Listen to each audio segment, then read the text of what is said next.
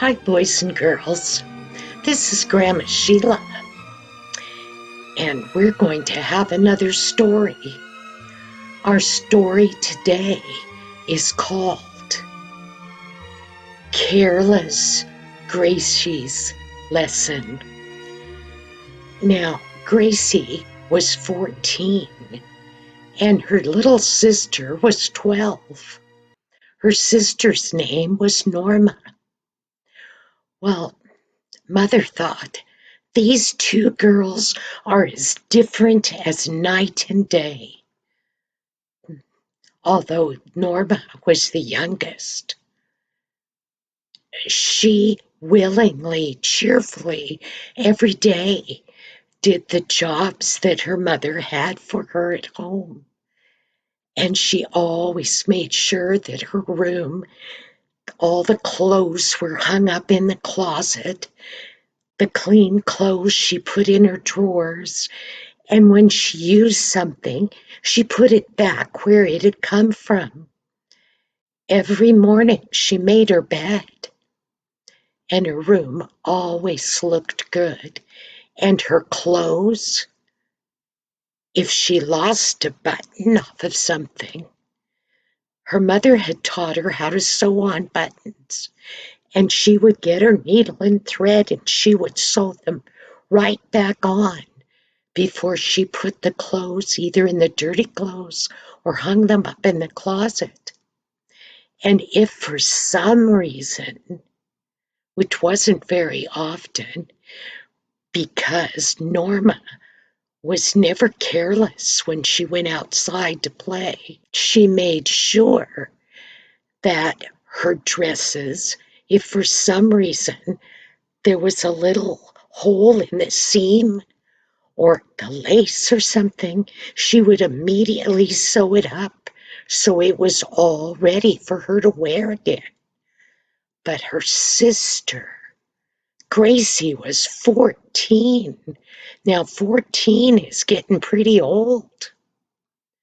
Well, Gracie was lazy, and she didn't like to take care of her room or her things. Oh, yes, she liked to look all pretty, but she wanted Mother to do all her mending and her putting on her buttons and things. She didn't want to do any of it. But Mother insisted that she had to take care of her things. But nearly every day, Mother would go upstairs to make the beds in her room and to check on the girls' rooms, and Norma's would be all ready for the day, all neat and nice. But Gracie's clothes were on the floor. The curtains were all askew. Anything that she had been doing as a project was laying all over the place. Her bed wasn't made. And when Mother would talk to her, she would make some excuse why it hadn't been done.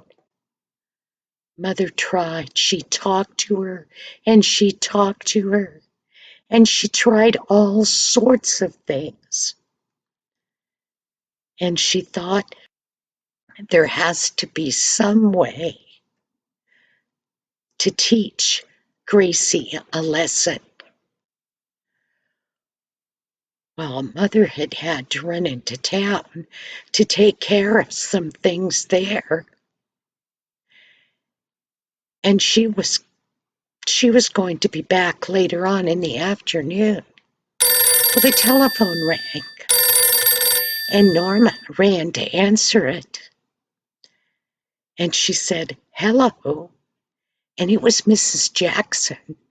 And Mrs. Jackson said, "Norma, would you and Gracie like to go with us this afternoon? We're going to go on a long car ride, and we're going to go up to the lake, and then we're going to have a picnic in the moonlight, and then we'll bring you back home." And Norma said, "We'd love to go. What time are you going to be here?"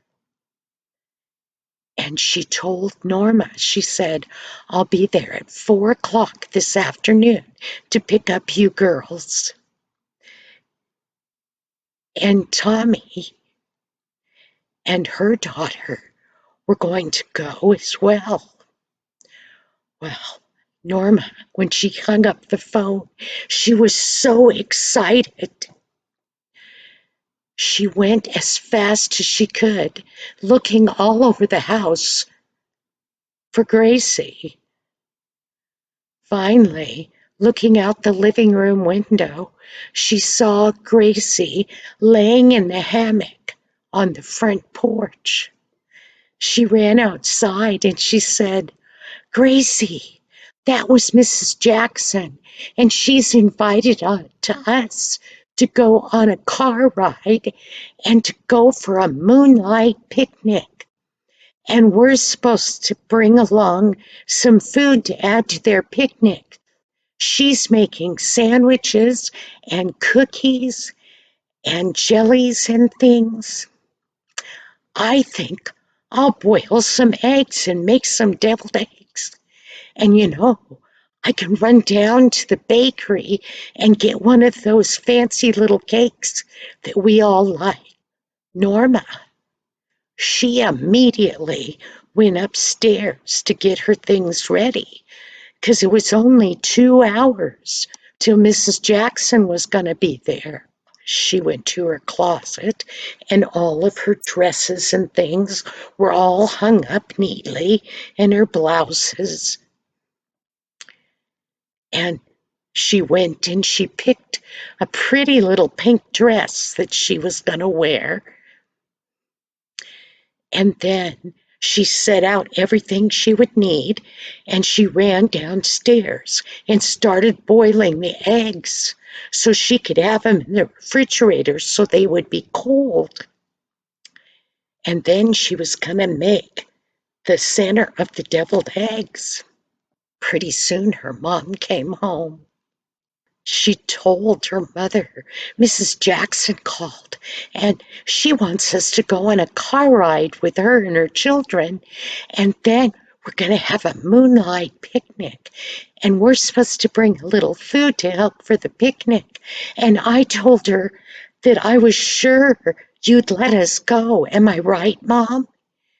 And Mother said, yes, Mrs. Jackson's very nice, and her children are so well behaved. Norma said, I'm making deviled eggs. Well, then, upstairs, well, it took Gracie a really long time to even get out of that hammock on the porch.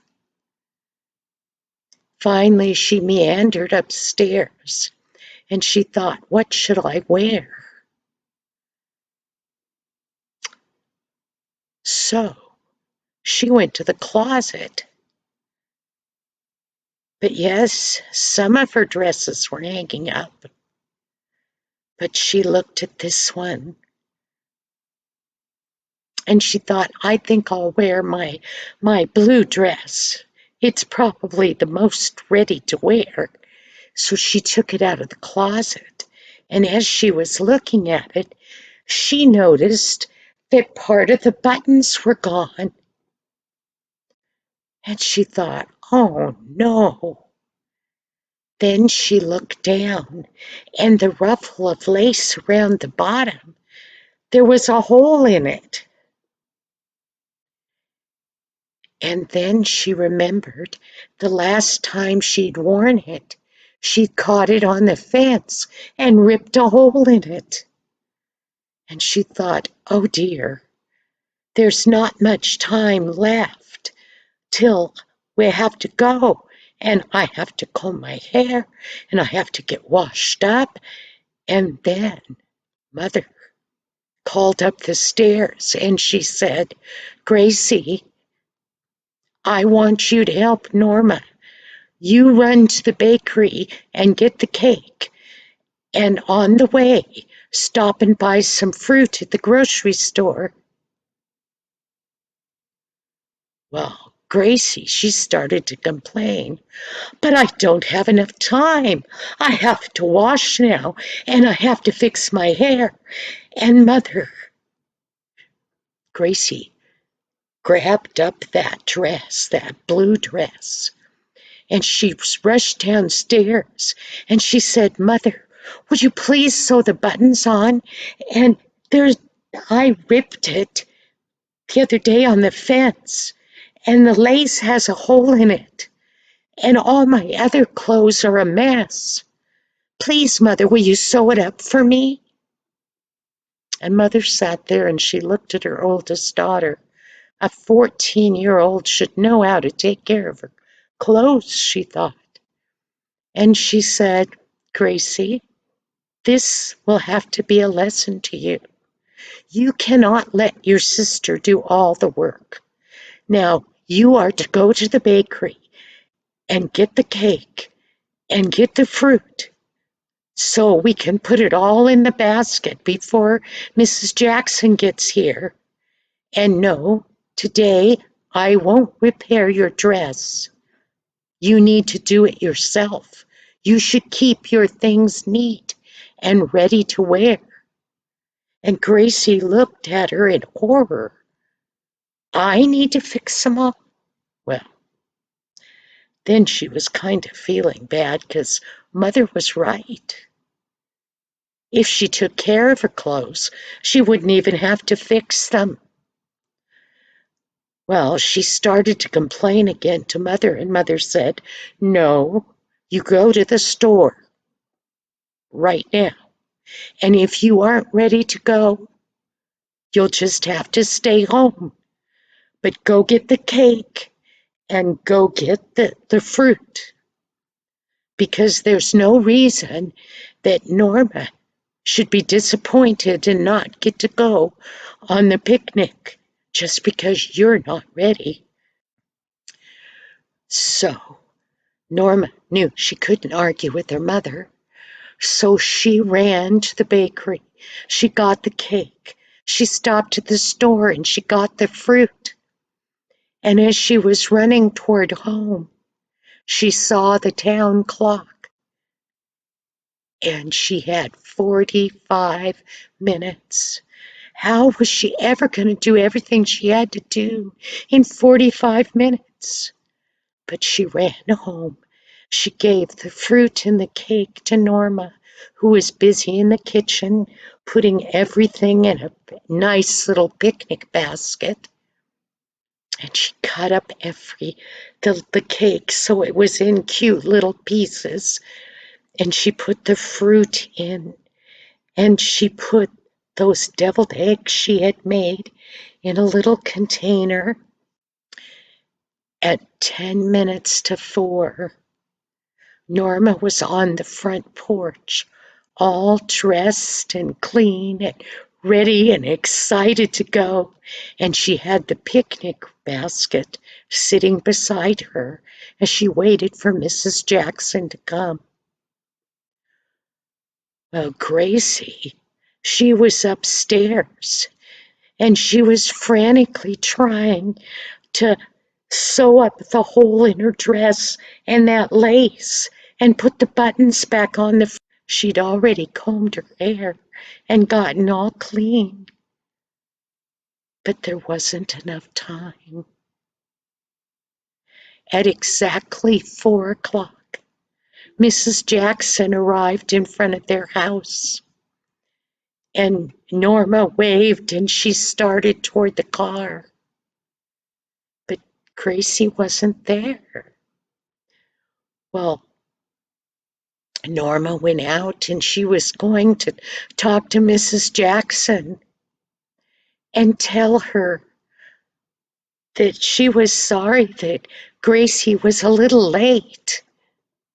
But Mother came up behind her and interrupted, and she said, you get in the car, Norma. Put the basket in the car. And she turned to Mrs. Jackson, and she greeted her, and they talked some pleasantries for just a little while. And then finally, Mother said To Mrs. Jackson, she said, "I'm sorry, but Gracie's not going to be able to go today."